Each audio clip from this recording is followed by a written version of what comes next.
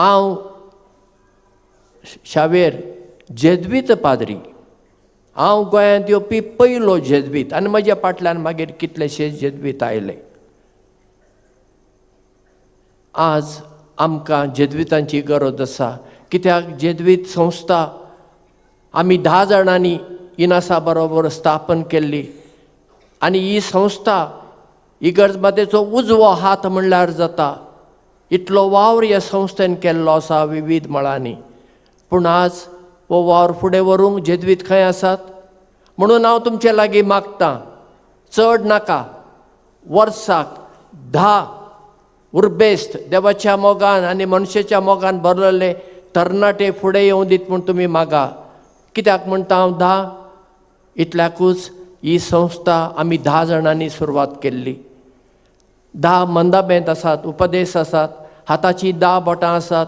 जेजू आपल्या वापारांनी 10 आंकवारीची खबर करता, 10 कोडकारांक ताणें बरें केल्लें आनी 10 नाण्यांची वापर तो सांगता. देखून हांव म्हणटा, चड नाका, 10 तरी तुमी जेजवीत तरणाट्यांक आमकां दियात, आमचे संस्थेक.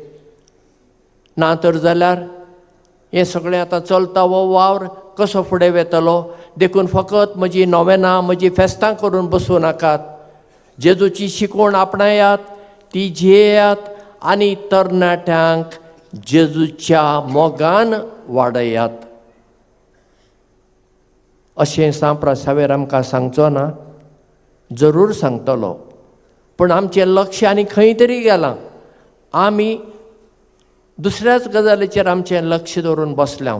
म्हणटच आज आमी ही परब करतना शावेरा भाशेन जेजूच्या मोगान आमी लासूया आनी हो जेजूचो मोग, जेजूची ही बरी खबर दुसऱ्यांक आमी आमच्या जिवितांतल्यान पसरुया आनी ती पसरूंक बरें उर्बेस्त तरणाटे जेजवीत संस्थेक फावो करून दी म्हूण आमी मागुया.